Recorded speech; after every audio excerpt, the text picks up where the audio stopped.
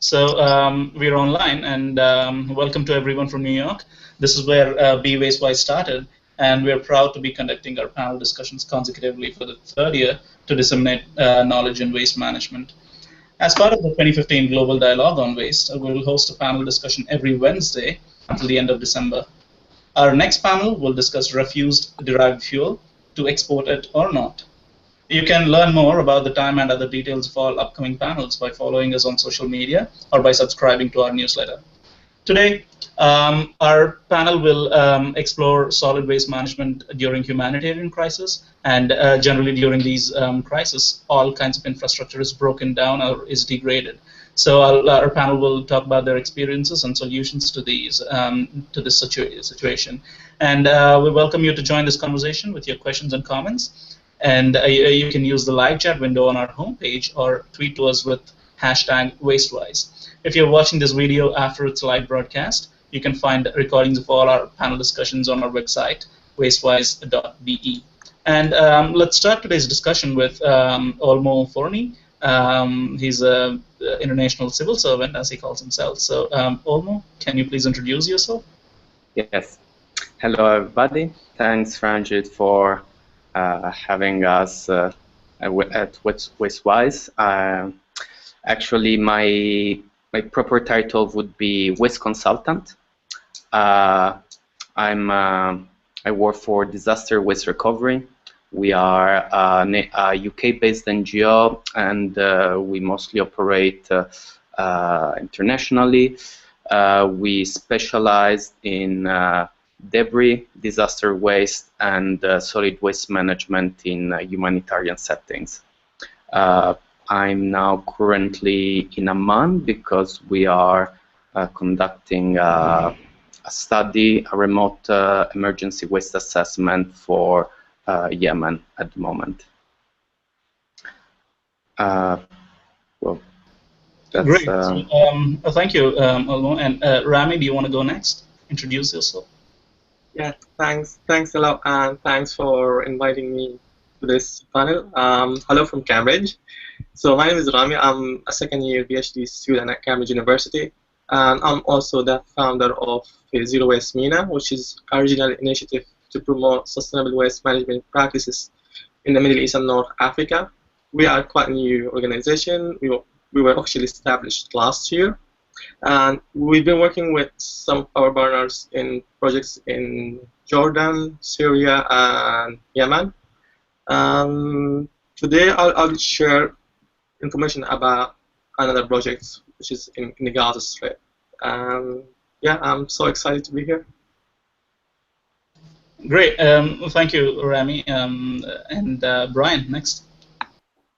Hello, everybody. Yeah, my name is Brian McCarthy. I'm a waste management consultant also. Normally, I'm based in Hungary, but at the moment, I'm on holiday back home in Scotland. And I work for as an independent consultant, but also mainly with RWA Group, which is the Resource and Waste Advisory Group, mainly based in Eastern Europe, but with projects around the world.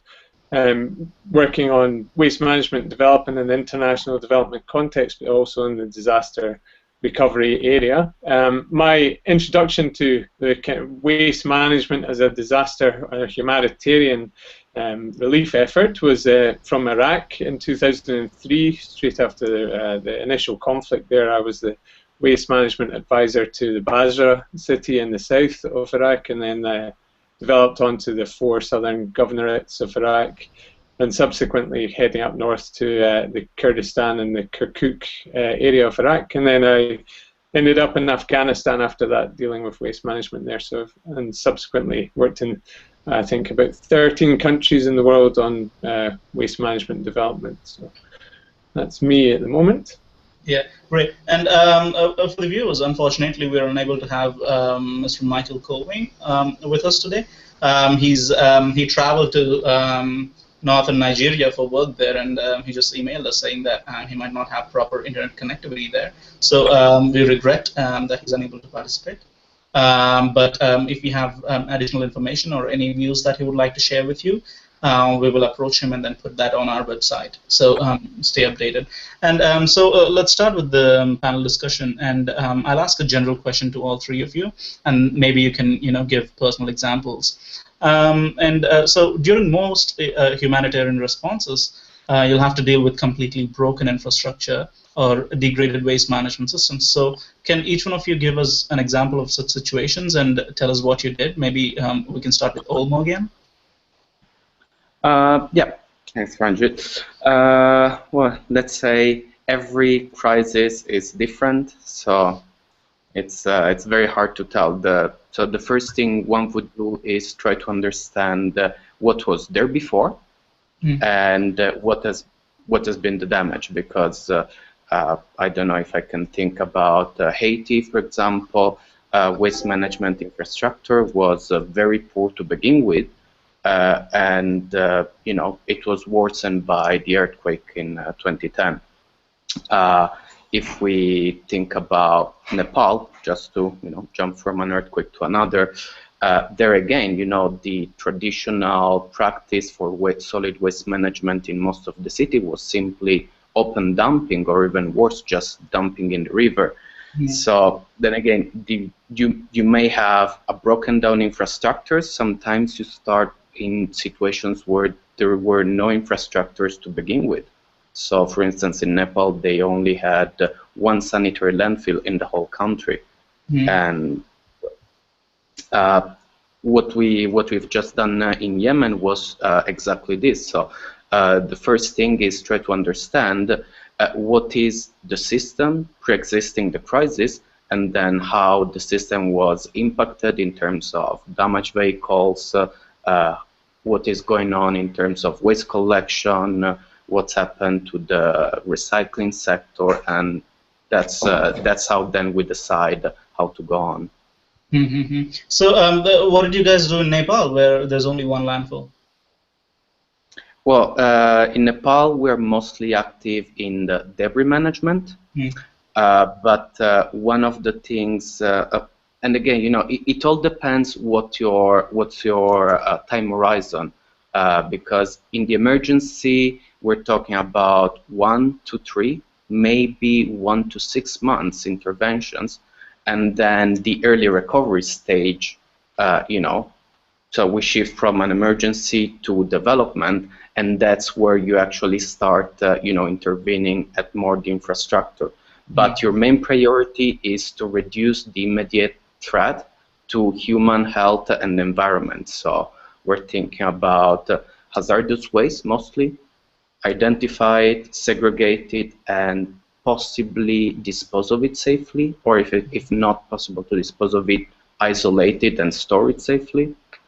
We're talking about emergency employment, waste collection, reactivating the services, quick interventions that can make an immediate impact and reduce the threat to human life, basically.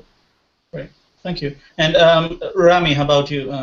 What situations and what is done?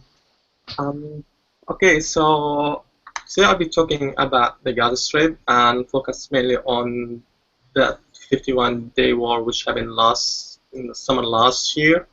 According to statistics, at that war, more than 2 million tons of debris was generated, and approximately around 10,000 homes were leveled to the ground, including 2 13-story buildings. So, as Olmo said, like each region has its own, situations and should be dealt in, in a very specific way. The Gaza rubble, one of the fastest challenges for 3 main reasons. So the first thing, we have the amount of debris is really huge compared to the geographical size, geographical area of the Gaza Strip, and also we have really high level of contamination of debris there because of the bombs and missiles, and also that devastating situation persuades potential international donors to focus on humanitarian projects rather than debris removal. And this is one of the challenges. It's fair enough, like you know, you need to focus on human first and then care about the environment, but also we need to make sure and understand that very serious issue we have with debris. So actually, I don't think I have enough time to talk about everything about the Gaza Strip and situation there, but I have written 2 articles for the CIWM journal, and I'm happy to share the links with you as well, and we can have them online. So I will move forward to what lessons we learned from there, because I had a few discussions with people there in the Gaza Strip, and we discussed what things and what they can learn for the future. So I have 4 main points, and I'm going to start with the first one, which is, to be prepared.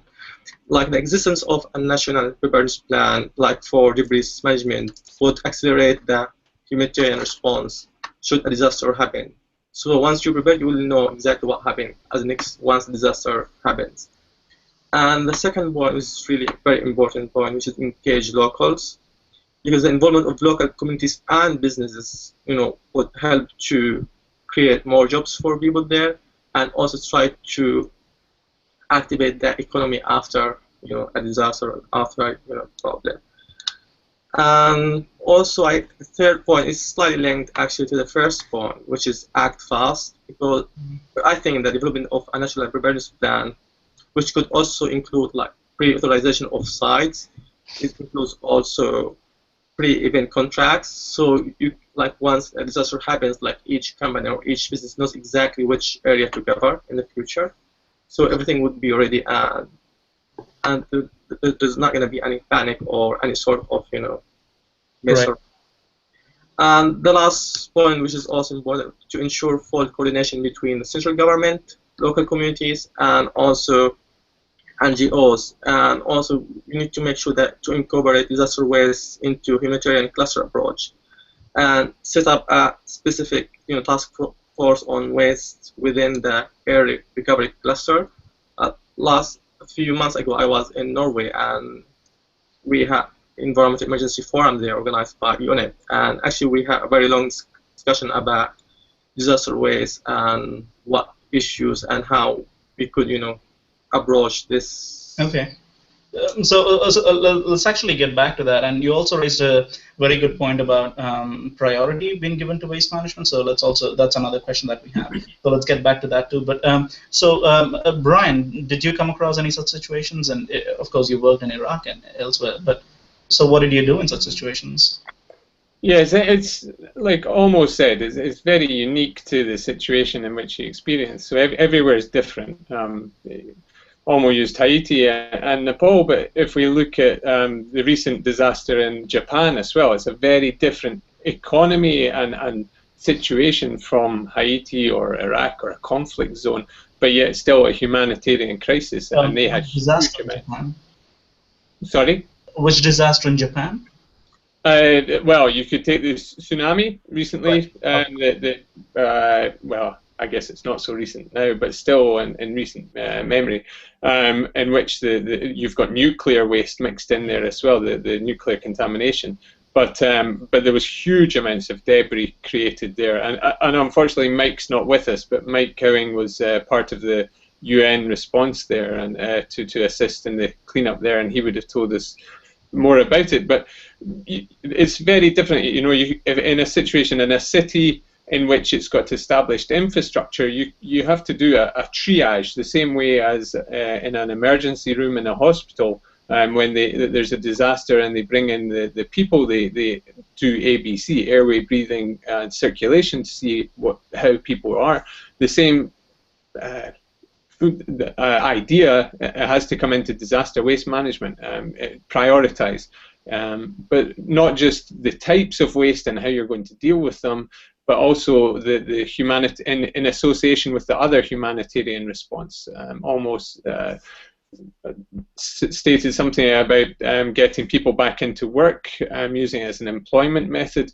You have to be careful on who you're employing, because you don't want to destroy what was existing. So you may have had a basic level of waste management with the very poorly paid, but yet people are working in the waste management sector. you may pull them away from doing that work by offering greater funds to deal with the rubble removal and etc. So an example, early example in Iraq in 2003 wasn't there wasn't such a there was the shock and awe of the initial conflict there, which created a lot of buildings, demolished buildings and rubble waste, but there wasn't a huge amount of waste being produced by the economy prior to the invasion. Because of the UN sanctions on the country, the economy was very low, and so there was very little consumption going on in Iraq, and so it was almost a sustainable economy, and self-sustaining economy, in which you didn't have the throwaway culture that we have in the West and in Europe and America. And so the biggest humanitarian crisis there was not really the initial disaster waste, as it were, traditional that you would get in the tsunami or a earthquake where it's mainly rubble waste. The biggest humanitarian response there was the sudden influx of capital into the economy there, and this sudden huge ability to and desire to consume by the public of Iraq, which you had rapid increase in just packaging waste, in organics waste from the cheap food entering the economy from Kuwait, Dubai, and so that the humanitarian crisis in Iraq was, in terms of waste management, was it wasn't immediate. It was maybe 6 months to a year after the initial conflict. It suddenly became a humanitarian crisis, because all of a sudden, going from 20, 30 years of no waste being on the streets, and so no need for waste management system, to suddenly this huge expansion of waste production, and so the cities becoming flooded with waste. And we see the same in Beirut, in Lebanon today. It's a humanitarian crisis of waste, not because of any crisis or disaster or anything. It's just that they haven't got a landfill to put their waste in. So you've got a humanitarian crisis formed just from waste management, from waste production. And the humanitarian crisis is waste management by itself, because there is no solution to waste management. So it comes in all forms. That's very interesting. I mean, for others working in the solid waste management sector, we know that economic development, leads to more waste. But what you're saying about the very short timeline is really alarming. And Olmo and Ramy, did you observe a similar shift in consumption habits, like in such a short span elsewhere?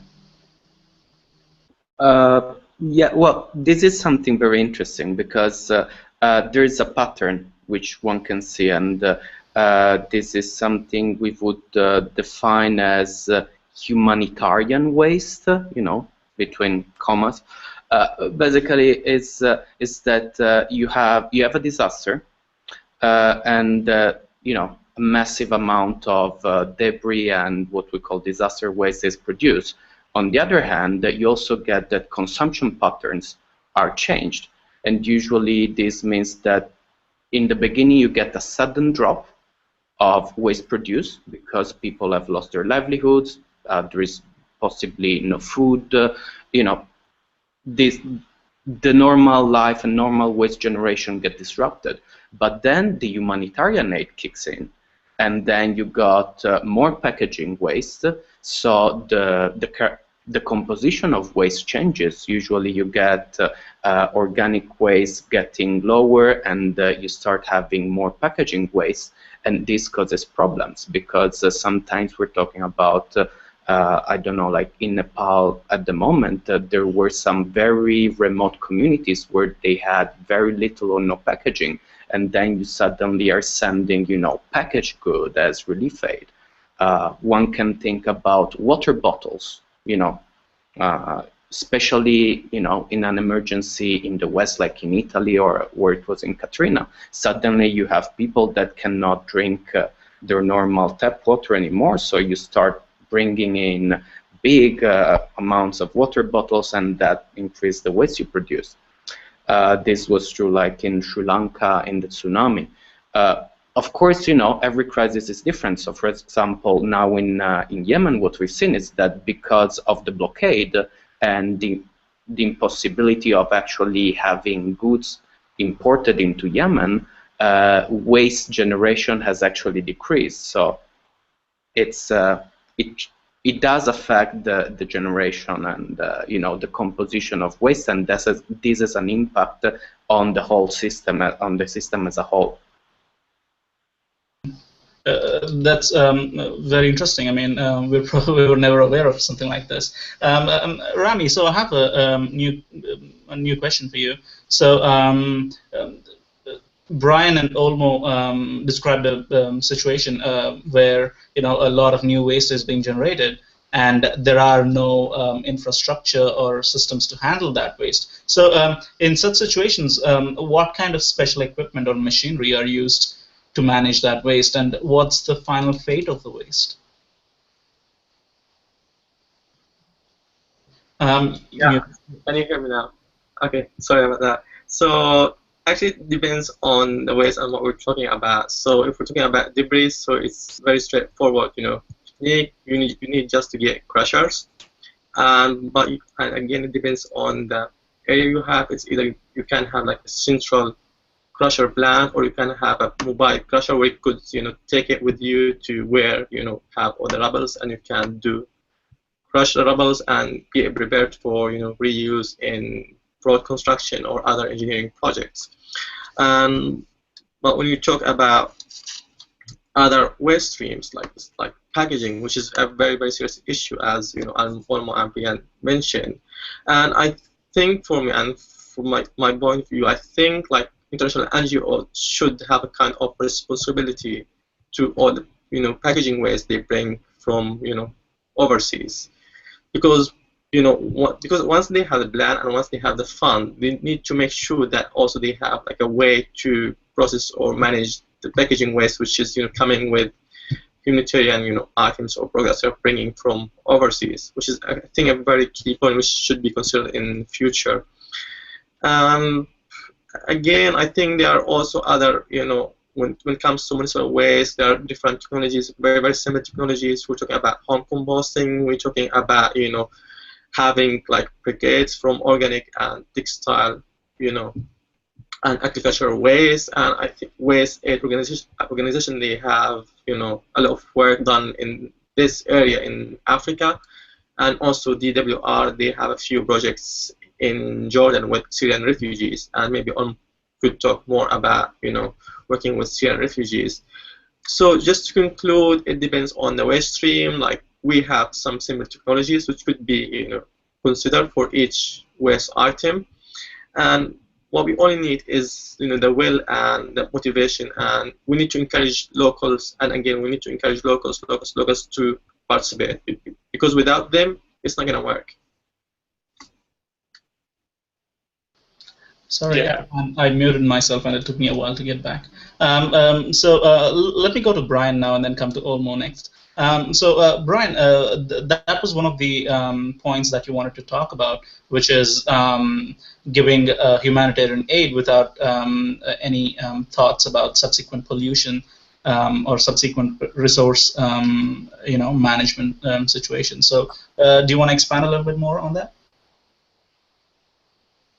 Yeah, I'll touch upon equipment first on your previous question to Ramy. I mean, just to highlight that there really is dependent on the back to the beginning of, or the end of last year, and we look at the Ebola crisis in Sierra Leone and Nigeria. It's a very specific waste that needed to be dealt with there.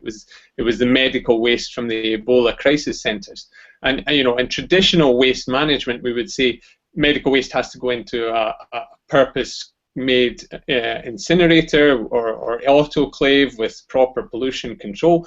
But when you get on the ground in Sierra Leone and you realize how remote some of these communities are, and how I don't want to be the education level of the staff that are operating there is such that you can't bring in Western specific equipment. It has to be appropriate to the local community. And Ramy touched on it there. It has to be designed around the people there that are their educational level, their experience, what the resources they have to hand. And so the appropriate solution in Sierra Leone was mainly burn barrels, just oil drums, which would never be acceptable in Europe or America or many other situations, or to a general environmentalist or waste management or medical professional.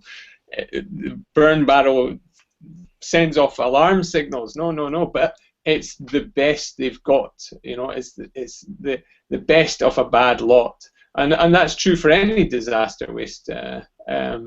Waste management is you sometimes have to do what is best with the resources you have on the ground, and that best isn't always the best, it's just the best at that time.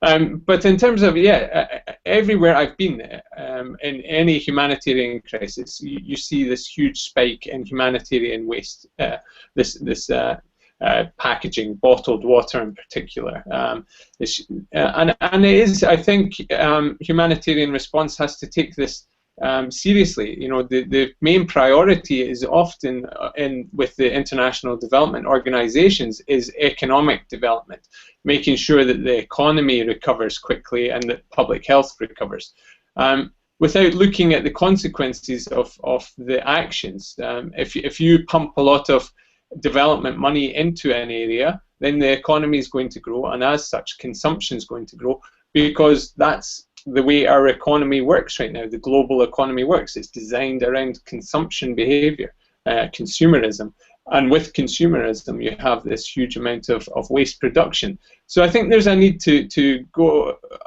you know, at the moment we very much deal with crisis waste management as an end of pipe solution. It's okay, here's the waste, let's deal with it.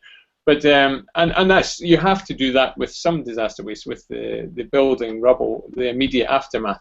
But we have to look at it from a more holistic perspective, and say, you know, development aid has to, if they're going to put money into economic development projects, a percentage of that must be a portion to making sure that the consequences of that economic assistance is dealt with properly, and that is waste management, and not just solid waste, liquid waste. If you bring potable water into a community, you're going to have sewage production. How's that sewage going to be dealt with?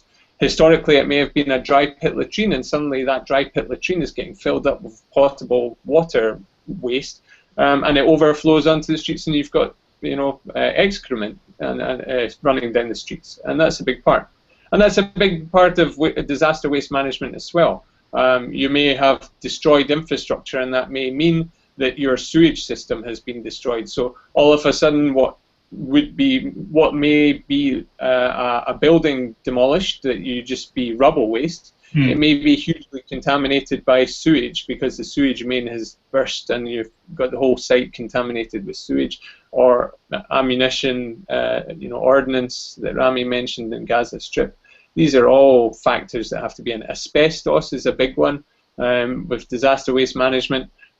You know, some of these environments, buildings have a huge amount of asbestos tiles that needs to be dealt with properly, and so that's a major concern with, especially in humanitarian response, where you bring in a big works program to get rid of the waste. You've got to think about their health, the health care of those workers. You've got you know, cholera, you've got asbestos, you've got all these diseases that need to be taken into account. So and I think it's overlooked. It's overlooked by many humanitarian or international development organizations in that initial phase, because it does take a long time, but it doesn't need to be to take a long time if you have proper planning. Like Ramy said, you need a proper plan in place so you can be proactive when it happens. Right. So what you would suggest is more planning initially, or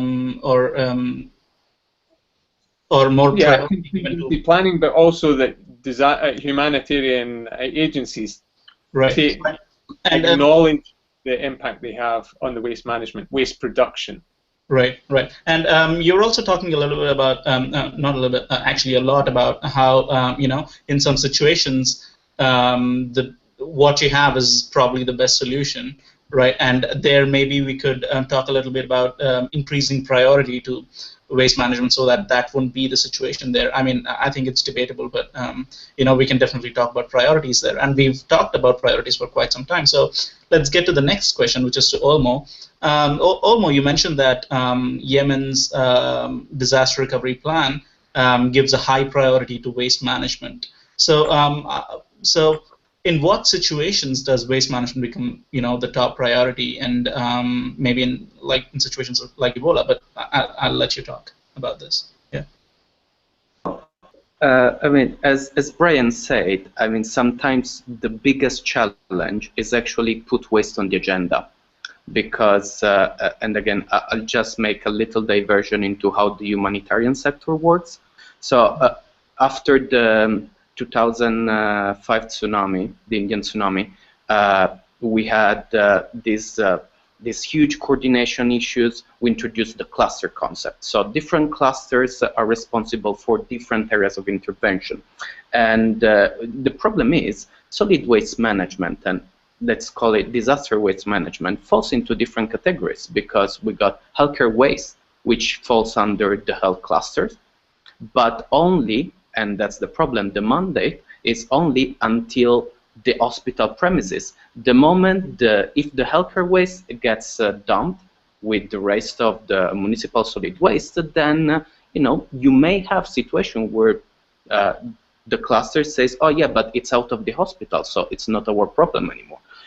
Then we have solid waste management that would fall under the WASH cluster mandate, and WASH stands for water, sanitation, and hygiene. Mm-hmm. And this is again, it falls under that, under the broader category of preventing disease and the spread of disease. And again, this works, but sometimes waste management is also dealt under the early recovery cluster, because again, I mean, it all depends. So it's like, a game of the 3 cards, where the biggest challenge of all is first to manage to put waste on someone's table's agenda, and from there on you can start. And the interesting thing is that, again, waste management is not a priority. When it usually gets on the agenda when it becomes an issue, and the moment waste management becomes an issue, it's too late. So Brian was talking about West Africa, Ebola. So, and again, we had standards for MSF had a very good viral hemorrhagic fever manual and handbook on how to deal with the waste from one Ebola treatment center, except that this was taught for small, circumscribed outbreaks. The one we had in West Africa was unprecedented. So right. Also in terms of scale, we had such a huge quantities that, the normal practice of having a small barrel drum was too small. Even a Demon Fort incinerator wasn't big enough for the quantities of waste generated. So again, it's very difficult. And the moment they realize, oh, we really need to put a system in place, you already had piles of waste accumulating. In Yemen, and I want to give a positive spin to it, because things are changing. Now people are more aware of waste as an issue, not just as a health issue, but generally, we shouldn't, leave more hazardous waste than the one we found. So in Yemen, the Humanitarian Response Plan in 2015, for the first time, introduced solid waste management as one of the priority areas of intervention, because accumulated waste is a breeding ground for flies and sandflies and brings disease. So, but that was the first time I've ever seen something like this in the flesh appeals. So usually you have to fight for it. This time they said, okay, it's there. In Nepal, in the post-disaster needs assessment document, we were asked, okay, so could you provide an estimate of how much would it cost to provide waste collection to 1.1 million displaced persons? So again, it's changing.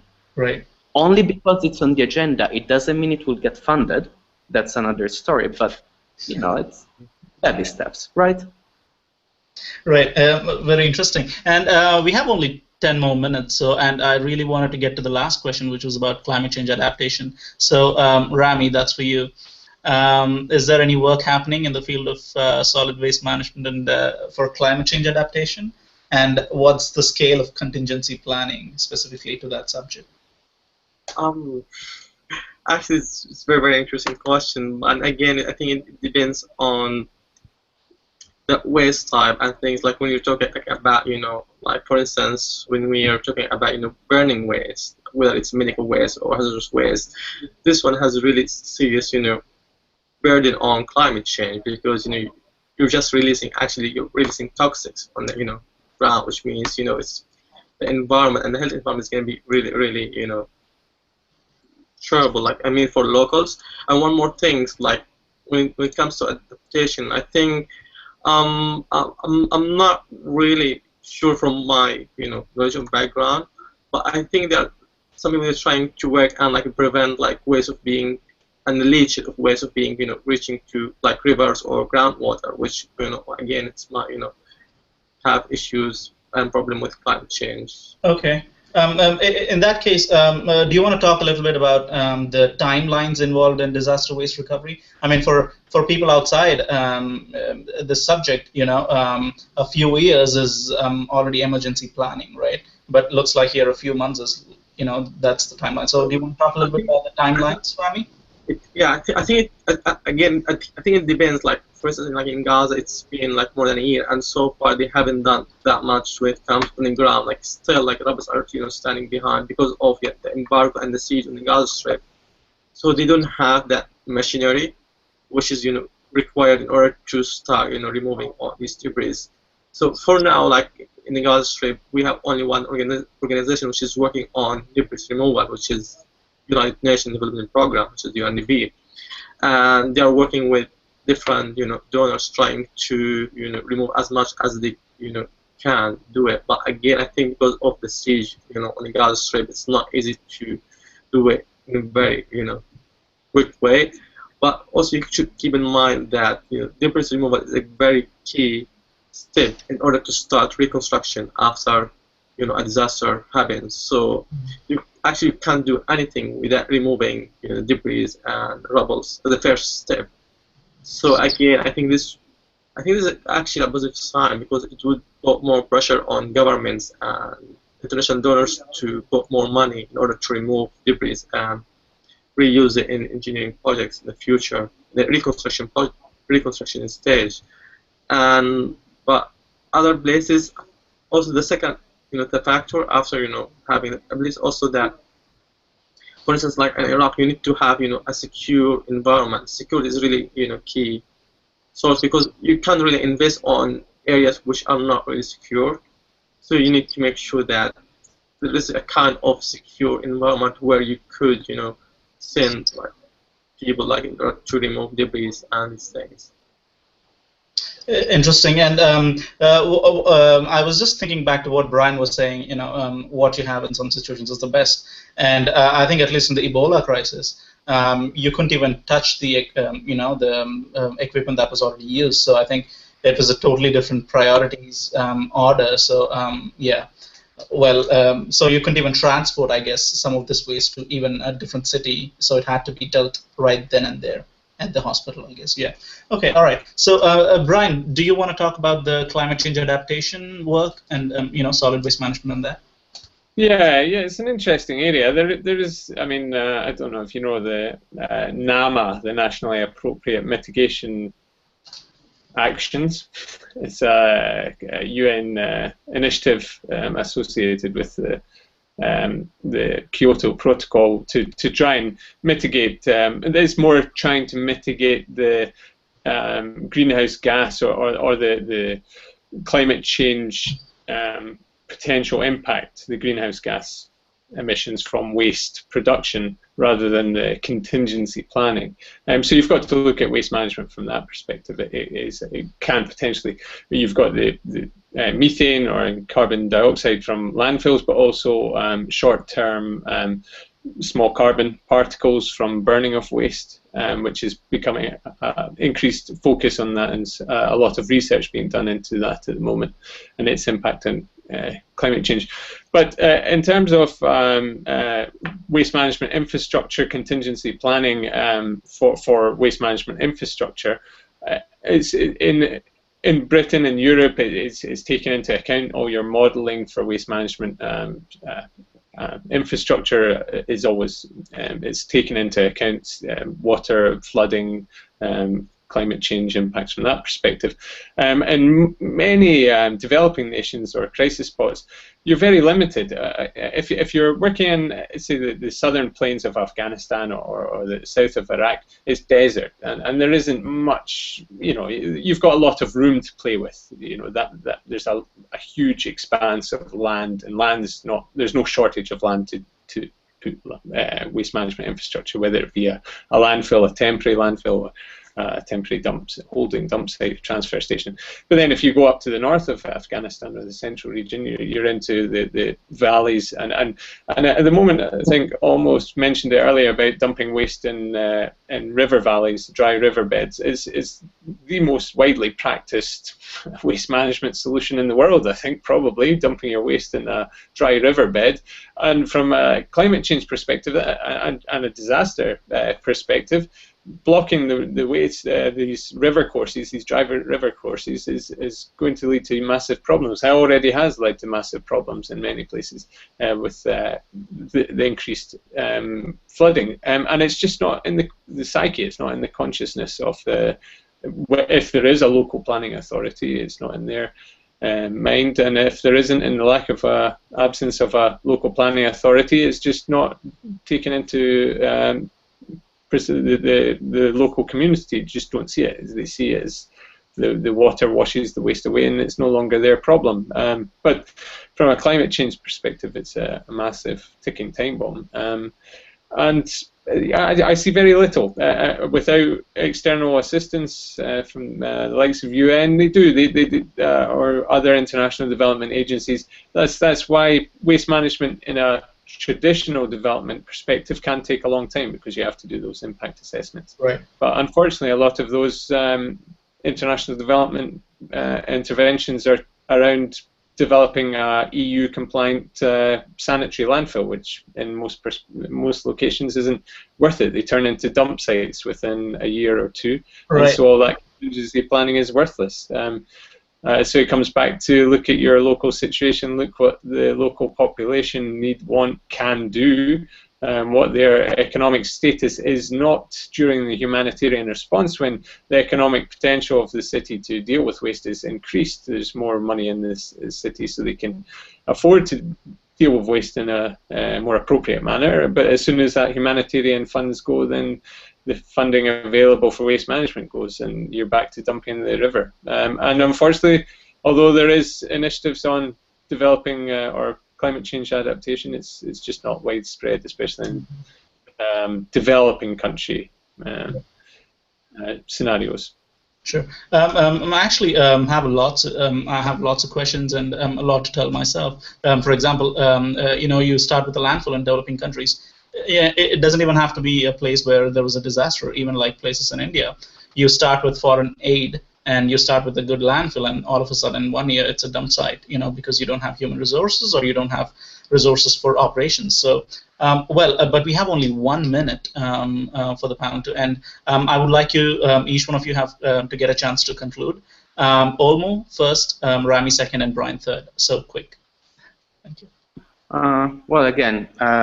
As we said in the beginning, it's working in disaster waste. It's a very, very exclusive club. So I would like to invite any waste management expert or any humanitarian expert that would like to join the club. Please do.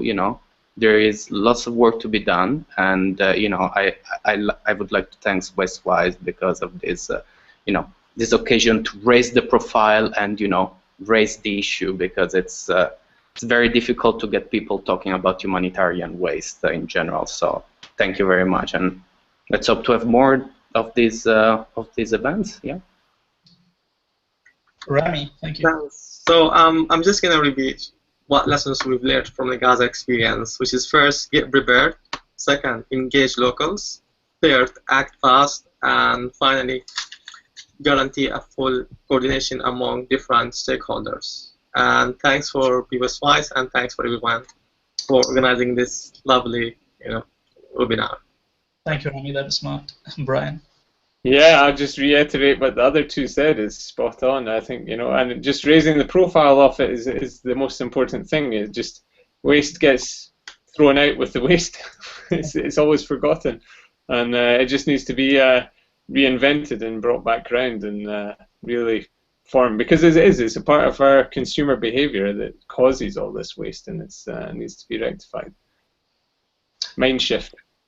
Right. Wonderful. I actually also wanted to ask you about what the prospects for young waste managers were in this field, but I think that could be something that we could talk later. But to the audience, thank you very much for joining us today, and we look forward to having you on the next panel, which is on refuse-derived fuel, RDF, whether to export it or not. And we look forward to we look forward to having you next Wednesday. Thank you very much. Bye. Thanks a lot. Thanks.